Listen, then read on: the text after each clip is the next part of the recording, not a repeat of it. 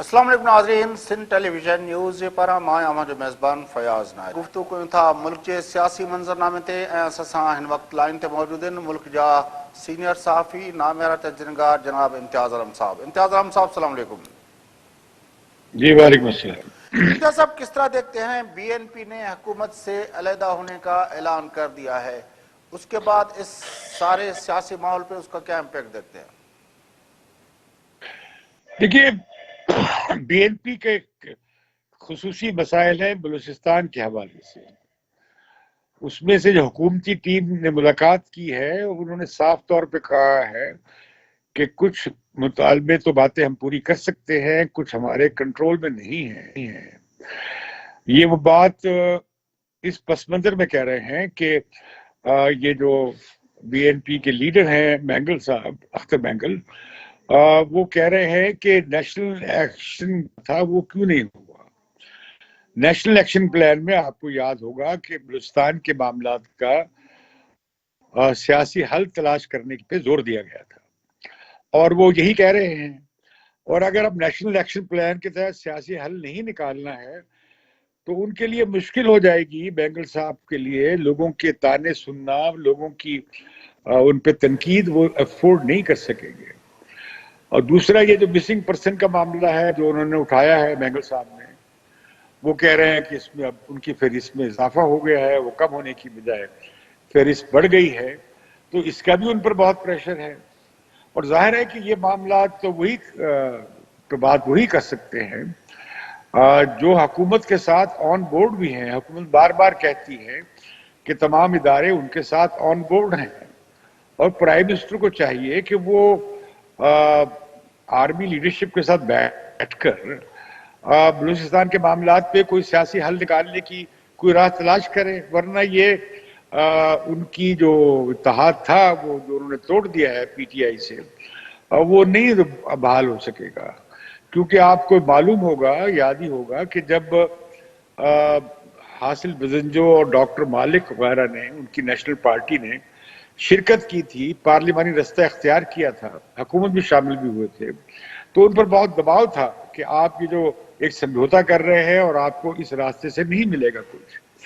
میں سمجھتا ہوں یہ بڑی بدقسمتی ہے کہ جو لوگ پارلیمانی اور پرامن اور آئینی راہ اختیار کر رہے ہیں ریاست پاکستان کو اور حکومت کو، ان کے لیے سپیس یا جگہ انہیں دینی چاہیے، چھوڑنی چاہیے، تاکہ ایک سیاسی عمل سے بلوچستان پورے سیاسی مین سٹریم دھارے میں آ جائے.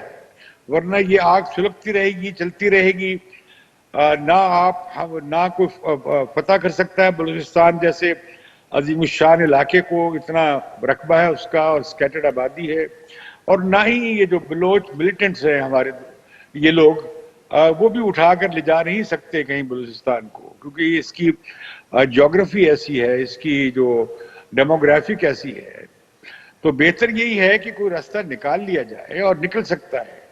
یہ نہیں ہے کہ مسائل کا حل نہیں ہوتا ہے، لیکن مجھے مشکل لگتا ہے کہ ابھی وہ ہونے جا رہا ہے. لہذا مجھے مینگل صاحب کی اور ان کی بات چیت دوبارہ کامیاب ہوتے نظر نہیں آتی. یہ علیحدہ بات ہے کہ مینگل صاحب پھر کچھ بات پہ راضی ہو جائے اور پھر کوئی وعدے وعید پہ یقین کر لے، لیکن جب تک یہ معاملہ سب ادارے مل کر، سلامتی کے ادارے اور حکومت مل کر بیٹھ کر بلوچستان کے مسئلے کا سیاسی قوتوں کے ساتھ بیٹھ کر حل نہیں نکالتے، تو یہ مینگل صاحب کا یا کسی بھی بلوچ کانفرنس جماعت کا بیٹھنا حکومت کے ساتھ، وفاقی حکومت کے ساتھ مشکل ہوگا. دیکھیں سر، یہ ہم نے دیکھا کہ پرویز مشرف جب حکومت میں تھے اس وقت مختلف وزراء اعظم تھے، آپ نے دیکھا کہ اس وقت چیزیں اس نہج پہ چلی گئیں کہ اکبر بگٹی کی شہادت ہو گئی. اس کے بعد پرویز مشرف بھی چلے گئے، سویلین جو اپنا اس کے امبریلا کے نیچے جو سویلین تھے وہ بھی چلے گئے. جنرل کیانی اور زرداری صاحب کی دور ہوا، اس میں زرداری صاحب نے معافی مانگی بلوچوں سے. پھر وہ مسئلہ اس وقت بھی اس طرح حل نہیں ہوا جس طرح کہ بلوچوں کے اس کو مندمل کر سکے، ان کے زخموں کو. پھر ہم نے دیکھا کہ نواز شریف اور راحیل شریف کا پاکستان ہم نے دیکھا، اس میں بھی یہ مسئلہ اسی طرح حل نہ ہو سکا. اب یہ عمران خان اور جنرل باجوہ صاحب کا جو پاکستان ہے وہ بھی اس مسئلے کے بارے میں وہیں کھڑا ہوا ہے. مجھے تو لگتا ہے جس وقت مشرف کے دور میں ہم کھڑے ہوئے تھے. دیکھیے اس کے بعد کوئی بہت بڑی ڈیولپمنٹ ہو گئی ہیں، جیسے یہ پاکستان چائنا اکنامک جو ہے سی پیک جو ہے جی کوریڈور. کوریڈور جی اس کے بعد وہاں بڑی اب شاہراہیں بنی ہیں، وہاں پہ پورٹ اب کافی آگے چلی گئی ہے.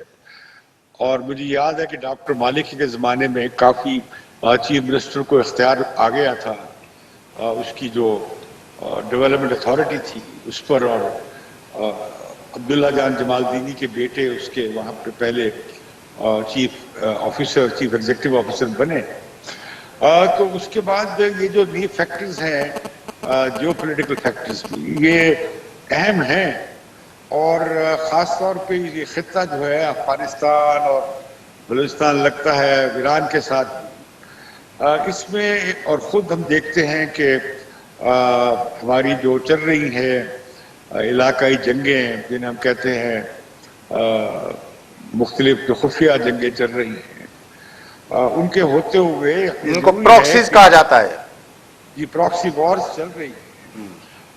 تو ابھی آپ دیکھتے ہیں کہ دھماکے بھی ہوتے ہیں اور فوج کے لوگ بھی شہید ہوتے ہیں اور عام آدمی بھی لقمہ اجل بنتے ہیں، شہید ہوتے ہیں، ہمارے نوجوان مارے جاتے ہیں، شہید ہوتے ہیں. تو یہ جو معاملہ ہے اس کا سیاسی حل نکال کر اپنے صفوں کو ٹھیک کرنا چاہیے. اور کیا معاملہ ہے، بلوچستان کو کیوں نہیں ملتی 6% نمائندگی ہماری نوکریوں میں اور سروسز میں، یا یہ کہ انہیں وہاں پہ ان کی جو رائلٹی ہے انہیں ان کے لوگوں پہ کیوں نہیں خرچ کی جاتی. اور یہ جو وہاں پہ سونے کی کانیں ہیں یا دیگر معدنیات ہیں، اس میں تو آئینی طور پہ تو بنیادی حق بلوچوں کا ہے. تو اس سے بلوچستان کے عوام کو ترقی کے دھارے میں کیوں نہیں لایا جاتا، جبکہ ان کے پاس سب کچھ ہے کہ وہ آ سکتے ہیں. انہیں کوئی ہماری پنجاب سے کوئی کلونیل پیٹرنیج نہیں چاہیے. یہ جو معاملہ ہے نا کہ ہم اسلام آباد سے اور لاہور سے بیٹھ کر بلوچستان کو ترقی یافتہ بنا دیں گے اور وہ تو بہت مخالف ہیں سڑکوں کے اور ترقی کے، یہ بالکل کلونیل برٹش جیسے پیریڈ میں اپروچ ہوتی تھی کہ یہ جو لوکلز ہیں، مقامی ہیں، یہ لوگ جو ہیں یہ اس قابل نہیں ہیں، انہیں ہم تہذیب سکھانے آئے ہیں. تو ہم یہ انگریزوں والا جو فریضہ ہے تہذیب سکھانے کا بلوچ عوام کو، وہ بند کر رہے ہیں. بلکہ یہ ہے کہ وہاں سے منصوبہ ہے ترقی کا، وہ اونرشپ لیں، وہ اس کے مالک ہوں منصوبے کے، وہی اسے ڈیزائن کریں اپنے عوام کی ریکوائرمنٹ کے لیے. امتیاز صاحب آپ کو پتا ہوگا کہ پیراڈائم کو الٹنا پڑے گا.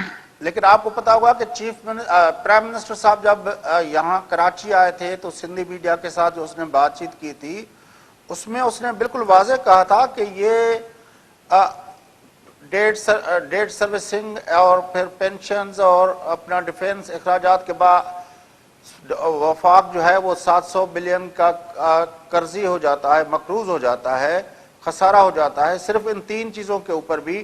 تو یہ فیڈریشن نہیں چل سکتی، ہمیں اس سارے سسٹم کو الٹ کرنا ہوگا، صوبوں سے وہ اختیارات واپس لینے ہوں گے. پرائم منسٹر صاحب نے بالکل واضح کہا ہے. نہیں، وہ تو پھر آئین توڑنا پڑے گا کیونکہ اب آئین میں تبدیلی نہیں ہو سکتی، اور آئین پہ بمشکل اتفاق بنا.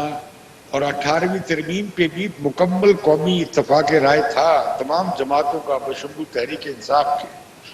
اور یہ جو 7ویں ایوارڈ پہ جو اتنا شور مچ رہا ہے، اگر آپ 6ویں ایوارڈ کے زمانے کے پیسے دیکھیں تو کوئی بہت زیادہ بڑا فرق نہیں پڑا سکتا. مسئلہ یہ ہے کہ وفاق نااہل ہے، اس کے اخراجات زیادہ ہیں. 18ویں ترمیم کے بعد جو محکمے اور ڈویژن ختم ہونے چاہیے تھے اور صوبوں کو چلے گئے تھے، اور وہ ابھی بھی چل رہے ہیں. بیوروکریسی ویسی کی ویسی بہت بڑی پڑی ہے، اتنا ہیوی آپ نے سینٹر بنایا ہوا. پھر جو بات ہے قرضوں وغیرہ کی، تو یہ جو اتنی زیادہ پاکستان کی جو اسٹیٹ سیکٹر میں کارپوریشنز ہیں، اس کا گھاٹے کا ذمہ دار وفاق ہے، صوبے تو نہیں ہے. یا تو آپ ایسا کر لیں جو پرائم منسٹر صاحب کہتے ہیں کہ اگر قرضوں میں بھی صوبوں کو شامل کرنا ہے اور ڈیفنس میں بھی شامل کرنا ہے اور دیگر معاملات میں بھی کرنا ہے، اسٹیٹ کارپوریشنز کے گھاٹوں میں بھی کرنا ہے، تو پھر آپ ریونیوز جو ہے وہ آپ صوبوں کو دے دیں، کیونکہ آپ تو ریونیوز اکٹھا نہیں کر پاتے۔ 7ویں ایوارڈ میں یہ تھا کہ آپ 15% تک لے جائیں گے جی ڈی پی کے اپنے ہمارے ٹیکس ریونیو کو۔ اب یہ ٹیکس ریونیو بڑھا نہیں پا رہا ہے، اس لیے کہ مافیاز ہیں، مافیاز حکومتوں میں ہر حکومت میں ہوتی ہیں، بار بار وہ اپنی پارٹیاں بدل لیتی ہیں مافیاز کے نمائندے۔ تو اصل میں تو مافیاز کا قبضہ ہے اس ملک پہ، وہ ٹیکس ویکس نہیں دیتے، تو ٹیکس لیں گے تو ریاست چلے گی۔ اور پھر یہ بھی دیکھنا پڑے گا کہ اتنی چھوٹی سی معیشت، 10 نگر معیشت، محتاج معیشت، ایک مفت خور معیشت جس میں زیادہ تر پیراسائٹس ہیں، وہ اتنے بڑے ہیوج سپر سٹرکچر کو، ایک نیو کلونیل سپر سٹرکچر کو کیسے وہ اٹھا سکتی ہے؟ ایک کمزور بنیاد پہ اتنی ہیوی عمارت نہیں کھڑی رہ سکتی۔ یہ بحران رہے گا، آپ یہ واپس بھی لے لیں پھر بھی نہیں چلے گا بابا، کیونکہ بنیادی طور پہ تضاد مسئلہ آ گیا ہے کہ چھوٹی معیشت کا بڑی ریاستی مشینری سے، ریاستی عمارت سے، یہ دونوں کمپیٹیبل نہیں رہے۔ اوپر سے ہماری معیشت ننھی منی چھوٹی سی معیشت ہے، چھوٹی سی ہماری ایکسپورٹس ہیں جو ہماری درآمدات کا آدھا بھی نہیں سنبھال پاتی۔ تو ایسے میں پھر ہم نے ہر طرف ہمارا جھگڑا ہے، تمام ہمسایوں سے جھگڑا ہے، تو ہمارے کوئی بارڈر محفوظ بھی نہیں ہے۔ تو ایسی صورت میں یہ چھوٹی سی معیشت کیسے چلا لے گی؟ اپنے صوبوں سے آپ کے بجٹ کاٹ کر آپ چاہتے کیا ہے کہ صحت پہ خرچ نہ ہو، تعلیم پہ خرچ نہ ہو، لوکل ڈیولپمنٹ پہ خرچ نہ ہو، فوڈ سیکیورٹی پہ خرچ نہ ہو، زراعت پہ خرچ نہ ہو۔ یہ درست ہے کہ یہ جو صوبے ہیں وہاں پہ ذمہ دار حاوی ہیں صوبائی اسمبلیوں میں، وہ زرعی ٹیکس لگنے نہیں دیتے، زراعت پہ ٹیکس لگنا چاہیے۔ اب مجھے سمجھ نہیں آتی ارب روپے زراعت پہ کہاں سندھ والے خرچ کریں گے، کس حصے میں خرچ کریں گے، کیونکہ ہمیں زراعت میں بھی کوئی ڈیولپمنٹ ہوتی نظر نہیں آتی۔ اچھا امتیاز صاحب، جی 2 ملاقاتیں ہوئی ہیں، ایک تو فضل الرحمان صاحب اور اپنا اختر مینگل صاحب کی ملاقات ہوئی ہے، دوسری کے بارے میں خبریں آئی ہیں کہ جہانگیر ترین کی نواز شریف صاحب سے ملاقات ہوئی ہے۔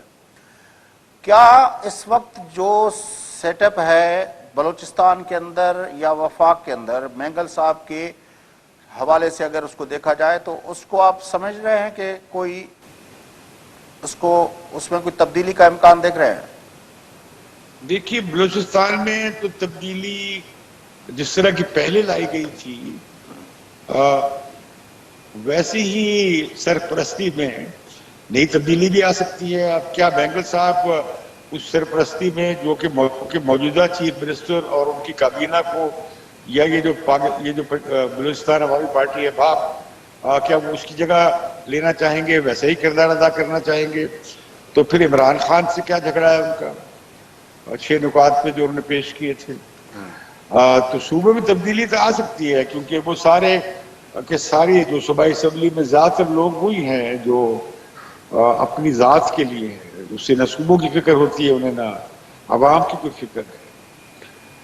لیکن مرکز میں جو یہ بات ہے کہ اس میں 4 لوگوں کے جانے سے تو حکومت نہیں گرتی عمران خان کی، اور تب تک نہیں گرتی جب تک سب لوگ اسٹیبلشمنٹ اور تحریک انصاف ایک صفحے پہ ہیں۔ لیکن یہ معاملہ مجھے نظر آ رہا ہے کہ یہ 5-6 مہینے سے آگے نہیں جائے گا، یہ سارا سیٹ اپ جو ہے یہ اپسیٹ ہونے جا رہا ہے۔ آپ دیکھیں جولائی میں ایک آفت آنے والی ہے جب 10 لاکھ لوگ خدا نخواستہ انفیکشن کا، کرونا وائرس کا شکار ہوں گے، اور ہم نے ایسا بیانیہ چلایا ہے کہ یہ تو نزلے کی طرح ہے، یہ تو ایسی ہی ہے معاملہ، یہ تو پتہ نہیں اشراف چاہتے ہیں، اشرافیہ چاہتی ہے لاک ڈاؤن۔ اشرافیہ کہاں چاہتی ہے لاک ڈاؤن؟ ہر صنعت کار، ہر تاجر اپنا کاروبار کھولنا چاہتا ہے، کاروبار تو چلانے آپ لوگوں کی زندگیوں کی بجائے کاروبار کو اہمیت دے رہے ہیں، اور کاروبار والے جاتے ہیں کاروبار کھولیں، اس لیے آپ غریبوں کو کیوں لا رہے ہیں؟ دیہڑی داروں کا بڑا درد ہوا ہوا ہے آپ کو، آپ نے 12,000 روپے دے کے کام ختم کر دیا، تو باقی اب گزارا غریب کہاں سے کر رہے ہیں؟ وہ تو مہینے کا راشن بھی نہیں بنتا. کوئی تنخواہ نہیں بڑھائی آپ نے مزدوروں کی, کوئی اجرت آپ کم از کم بڑھا سکتے تھے. اب 17,500 روپے میں کہاں گزارا ہو سکتا ہے کسی گھر کا. وہ مطالبہ کیا تھا مزدوروں نے 35,000 روپے کا, وہ سندھ میں بھی نہیں کیا. گو کہ سندھ میں 10% تنخواہ بڑھائی ہے, لیکن سندھ والے ہی کم از کم اجرت طے کر دیتے. گو کہ سندھ حکومت نے اچھا کام کیا ہے کہ لوگوں صنعت کاروں سے کہا ہے اور کارخانے داروں سے کہا ہے کہ آپ لوگوں کی اجرت دیں. اگر آپ لاک ڈاؤن میں بھی آتے ہیں تب بھی دیں. یہ اچھا قدم ہے جو باقی جگہ نہیں اٹھایا گیا ہے. لیکن فقط یہ جو بات ہے کہ غریبوں کی نمائندگی کرنے والی جماعت پیپلز پارٹی تو کم از کم اجرت طے کرتی ہے. تو یہ جو مسئلہ آنے جا رہا ہے, جو میں بات کر رہا تھا اگلے 5-6 مہینے میں, یہ تحریک انصاف کے مبارز سے تو ہوا نکل چکی ہے. یہ معاملہ, یہ جو نظام بنایا گیا تھا, ایک ہائیبرڈ نظام, ایک عجیب الخلقت نظام, یہ نہیں چل پائے گا. تو آپ کو لگتا ہے کہ صرف ایک کورونا ہی فیکٹر ہوگا جو اس ہائبرڈ نظام کو کے اوپر؟ نہیں, کورونا نہیں ہے. اب دیکھیں نا, چینی کا سکینڈل, چینی کا بھی بحران ہے, اب تیل کا بھی بحران ہے, اب آٹے کا بحران بھی ہے, اب بجلی کے قیمتوں کا بحران بھی ہے. یہ کتنی مافیاز ہیں. چلو عمران خان اگر ان مافیاز کو سیدھا کر دیتے یا اس پہ ڈٹ جائیں تو بھی اچھی بات تھی, لیکن وہ تو پڑ گئے صرف 2 خاندانوں کے پیچھے, زرداری کے پیچھے پڑ گئے یا پھر شریفوں کے پیچھے پڑ گئے. اب معاملہ تو شریفوں اور زرداری کا نہیں ہے صرف, وہ تو ایک سیاسی معاملہ ہے. معاملہ تو یہ کہ پاکستان میں ساری کھاد مافیا لے لیں آپ ٹیکسٹائل مافیا لے لیں, شوگر مافیا لے لیں آپ, یہ جو آئل سپلائز کمپنیز کی جو مافیاز ہیں, یہ پاکستان میں سارا دھندا مافیا نے چلایا. وہ اس لیے آپ کا ٹیکس جی ڈی پی چلیں, ریشو نہیں ہے. بی این پی کے جدا ہونے سے تو جس طرح آپ نے کہا کوئی فرق نہیں پڑے گا, لیکن جس طرح فواد جو فرق پڑے گا وہ یہ کہ ہم جو بلوچستان میں لوگ قوم پرست پارلیمانی سیاست کرنا چاہتے ہیں, آئین کے دائرے میں رہ کر اپنے مطالبے منوانا چاہتے ہیں, آپ انہیں دھکا دے کے ملیٹنٹس کی طرف بھیج رہے ہیں اور آپ ان کی سیاست کو ناکام کر رہے ہیں, جس کا فائدہ ملیٹنٹس کو ہوگا.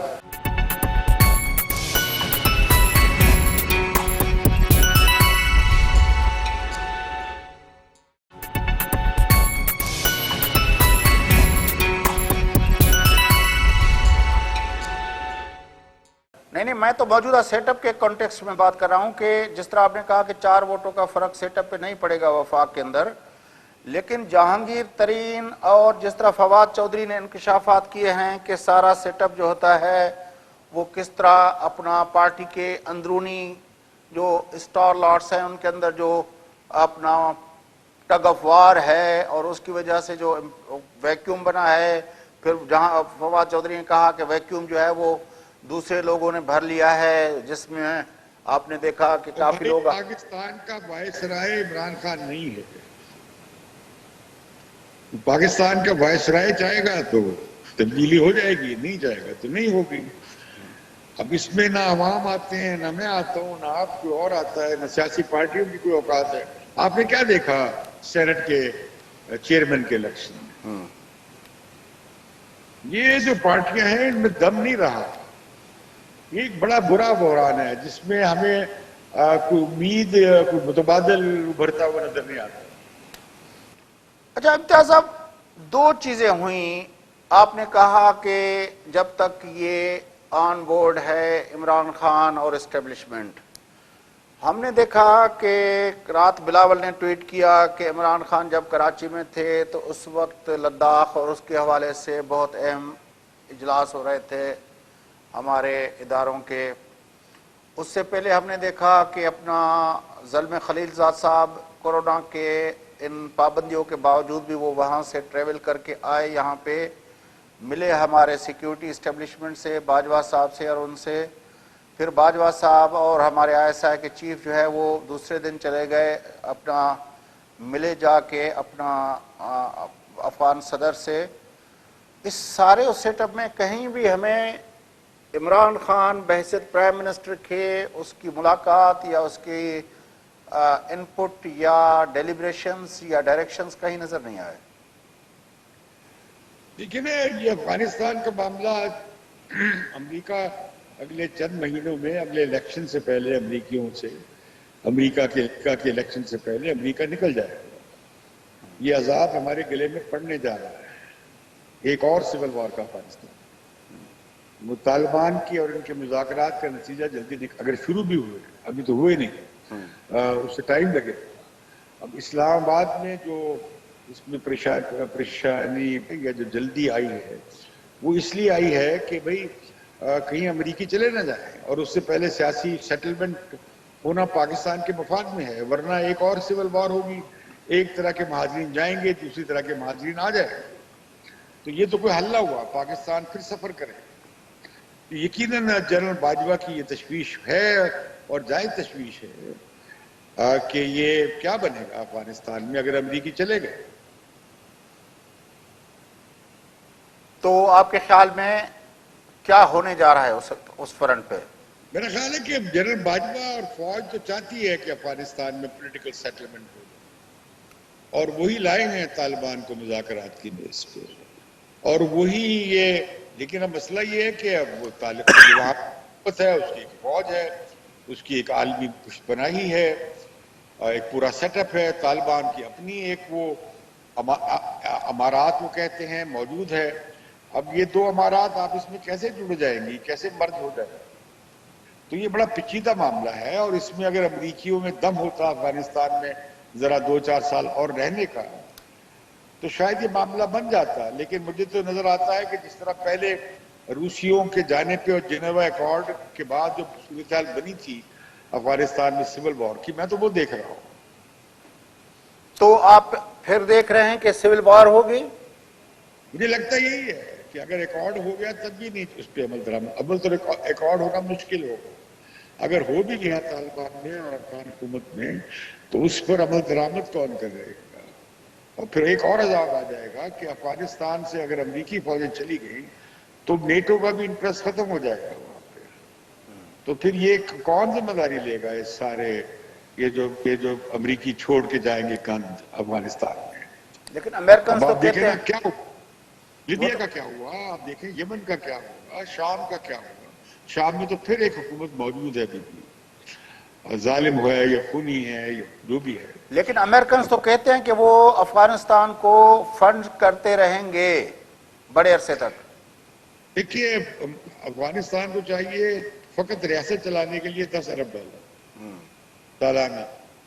وہ کس نے دینا ہے؟ نہ امریکہ نے دینا ہے. آپ دیکھیں جو کرونا کے بعد دنیا بھر کی معیشتوں کی جو حالت ہو گئی ہے، انہیں اپنی اپنی پڑ گئی ہے. تو یہ انٹرنیشنل جو ایڈ ہے یہ بہت کم ہو جائے گی.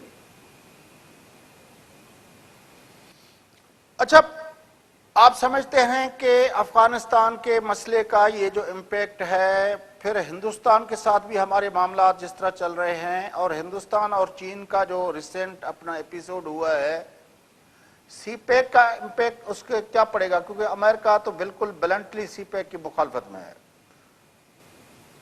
دیکھیے نا، ایک چین کے صدر نے جن نے ایک بہت اچھی تجویز دی تھی کہ پاکستان، چائنا اور انڈیا مل کے اس کشمیر کا اور اس علاقے کا اور ہمالیاز کے مسئلے کا کوئی حل نکال لیں. لیکن مودی اس سے پہلے جا چکے تھے، دوسری حد پہ چلے گئے. تو ابھی بھی میں سمجھتا ہوں کہ گنجائش ہے، لیکن یہ جو صورتحال بنی ہوئی ہے انڈیا پاکستان کانفلکٹ کی، اس وقت ہر روز LOC پہ فائرنگ کا تبادلہ ہوتا ہے، دونوں طرف لوگ مارے جاتے ہیں، عام لوگ مارے جاتے ہیں. یہ سلسلہ بند ہونا چاہیے. کم از کم UN کے سیکرٹری جنرل کی اپیل پہ کم از کم یہاں تو عمل ہو سکتا ہے. تو ابھی تو لگتا ہے کہ یہ صورتحال کورونا کے باعث اور بھی خراب ہوتی جا رہی ہے. لیکن بہتر ہوتا کہ ڈپلومیسی کو ریوائیو کیا جاتا. China India, India Pakistan, Pakistan China, اور یہ پورے ایشیا کے منظر کو رکھتے ہوئے سامنے مستقبل کی کوئی راہ نکالنی چاہیے. خود کشمیر بھی ایک برج بن سکتا ہے چائنا، پاکستان اور انڈیا کے درمیان. ایسے دنیا میں کئی ماڈلز ہیں. میں آج ہی پڑھ رہا تھا سابق DGI درانی صاحب کا مضمون، اور اسی طرح پچھلے دنوں چھپا air vice marshal Shahzad Chaudhry صاحب کا ریکارڈ، جو میں نے سوشل میڈیا میں خود ڈالا ہے. اس میں نئی خیالات سامنے آئے ہیں، نئی تجاویز سامنے آئے ہیں. اسی طرح بھارت میں بھی ہمیں امید کرنی چاہیے کہ کوئی لوگ سامنے آئیں جو نئے خیالات کے ساتھ سامنے آئیں، اور اس سٹیل میٹ سے اور اس سے کام نہیں چلے گا. لیکن امتیاز صاحب، جو گلوبل پاورز یعنی چائنا اور امریکہ کے درمیان جو ٹرمپ کے آنے کے بعد ٹگ آف وار شروع ہوئی ہے، اس کا تو امپیکٹ آپ دیکھ رہے ہیں کہ ان لوگوں نے واضح کہا کہ ہم IMF کو پیسے نہیں دینے دیں گے، کہ وہ سی پیک کی طرف جائیں گے، قرضوں کے لیے جائیں گے. پھر ایلس ویلز نے کھل کے سی پیک کی مخالفت میں اتنی لمبی چوڑی بات کی. تو وہ تو بالکل کھل کے اس معاملے میں کھڑے ہوئے ہیں کہ وہ اس چیز کو ناپسند کرتے ہیں. امریکی الیکشن تک ہے. یہ نہ یورپ افورڈ کر سکتا ہے ٹریڈ وار چائنا کے ساتھ، نہ انڈیا افورڈ کر سکتا ہے ٹریڈ وار چائنا کے ساتھ، نہ امریکہ افورڈ کر سکتا ہے ٹریڈ وار وتھ چائنا، اور چین بھی امریکہ کے ساتھ ٹریڈ وار جو ہے تجارتی جنگ افورڈ نہیں کر سکتا. یہ پہلے ہی سارا انٹرنیشنل سسٹم میں ڈس آرڈر آ گیا ہے. دنیا بدلنے جا رہی ہے. یہ اب پرانا وہ کرب خوردہ مارکیٹ اکانومی والا سسٹم جو ہے وہ نہیں چل پائے گا. اب یہ نہیں ہو سکتا کہ آپ کرۂ ارض کو ویسے ہی تباہ کرتے رہے جیسے آپ تباہ کرتے آئے. خود کرونا اس کا نتیجہ ہے. جس طرح کرۂ ارض کے ساتھ ہم نے انسانوں نے برا سلوک کیا ہے، ملٹی نیشنل کارپوریشن نے جس طرح تباہ کیا ہے سارے ایکو سسٹم کو، ساری ہوا کو، فضا کو، سارے ایکو بیلنس کو تباہ کر دیا ہے. یہ نہیں چلے گا. اسی طرح یہ بھی نہیں چلے گا کہ آپ کب تک مزدور انمپلائمنٹ الاؤنس دیتے رہیں گے امریکہ میں، اس سے بھی نہیں چلے گا. اور یہ اب تو سٹیٹ جو ہے نا، مارکیٹ اکانومی تو بڑھ گئی، پتہ نہیں کہاں چلی گئی. اب تو ریاست بیل آؤٹ دے رہی ہے، بینکوں کو بیل آؤٹ دے رہی ہے، ایئر کمپنیز کو دے رہی ہے، بینکوں کو دے رہی ہے، انشورنس کمپنیوں کو بیل آؤٹ دے رہی ہے، بڑی بڑی کارپوریشنز کو بیل آؤٹ دے رہی ہے. یورپ میں بھی دیکھ لیں آپ، امریکہ میں دیکھ لیں، وہ کہاں گئی مانیٹری اکنامکس، اور کہاں گئی وہ یہ جو تھی مالیاتی، یہ جو IMF کا فارمولا ہے فسکل مینجمنٹ کا، سب ختم ہو گیا. لگتا ہے کہ امتیاز عالم کا اندر کا جو لیفٹسٹ ہے وہ بڑا خوش ہے آج کل کی صورتحال سے. نہیں، میں خوش نہیں ہے انسانوں کے مرنے پہ، لیکن جس بات پہ میں خوش ہوں وہ یہ ہے کہ مارکیٹ اکانومی فیل ہو گئی ہے. اس کے پاس جواب نہیں ہے پبلک ہیلتھ کا. اب آپ دیکھیں نا امریکہ میں لوگ کس طرح پبلک ہیلتھ کی عدم موجودگی میں اور اس لیے بڑے ہونے کے باوجود شکار کتنے لوگ مارے گئے، 1,20,000 لوگ امریکہ میں مارے گئے. اسی طریقے سے یورپ میں آپ دیکھیں کس طرح کتنے لوگ مارے گئے. تو یہ سارا سسٹم روٹن تھا، جو مفاد کے لیے تھا، انسانوں کے لیے نہیں تھا. اور تو لہذا اس میں بڑی تبدیلیاں آئیں گی. یہ میری ذاتی خواہش اور اندر کے لیفٹسٹ کی بات نہیں ہے. میں باہر بھی لیفٹسٹ ہوں، اندر بھی ہوں، لیکن میں کہہ رہا ہوں کہ یہ نہیں چلنے والا. اب یہ کیسے سرمایہ داری ہوگی جہاں پہ ریاست جو ہے وہ ملٹی کارپوریشنز کو بیل آؤٹ دے رہی ہے؟ یہ کیسی مارکیٹ اکانومی ہے جہاں پہ مزدوروں کو ریاست تنخواہیں دے رہی ہے؟ 4,50,00,000 مزدوروں کو، امپلائیز کو امریکہ میں امریکی حکومت نے، سرکار نے پیسے دیے ہیں. اگر ویج نہیں ہوگی، لوگوں کو اجرت نہیں ملے گی، تو لوگ چیزیں نہیں خریدیں گے. جب چیزیں نہیں خریدیں گے تو یہ کارپوریشن اور کارخانے چیزیں پیدا کس کے لیے کریں گے؟ آپ نے دیکھا نہیں، جب آئل گلٹ آیا تو وہ سٹور بھر گئے تیل سے اور ان کی قیمت منفی ہو گئی. تو یہ جو صورت ہے یہ اب پاکستان میں بھی چلنے والی نہیں، انڈیا میں چلنے. انڈیا کا $1 ٹریلین وائپ آؤٹ ہوا ہے، پتہ ہے آپ؟ لیکن اس سے فی الحال فوری طور تو غریب تر ہوگا نا امتیاز صاحب. دیکھیں امریکہ کا قرضہ جو ہے اس سارے سسٹم کے گرنے کا سب سے پہلا وکٹم جو ہوگا وہ تو غریب ہی ہوگا. نہیں، غریب کیوں ہوگا؟ غریب تو پہلے بیچارہ بھوکا مر رہا ہے. وہ تو پہلی غربت، خط غربت سے نیچے ہے. پاکستان میں 50% ہے، بھارت میں بھی اتنے فیصد ہے. تو پورے ڈیولپنگ کنٹریز میں تو صورتحال یہ ہے.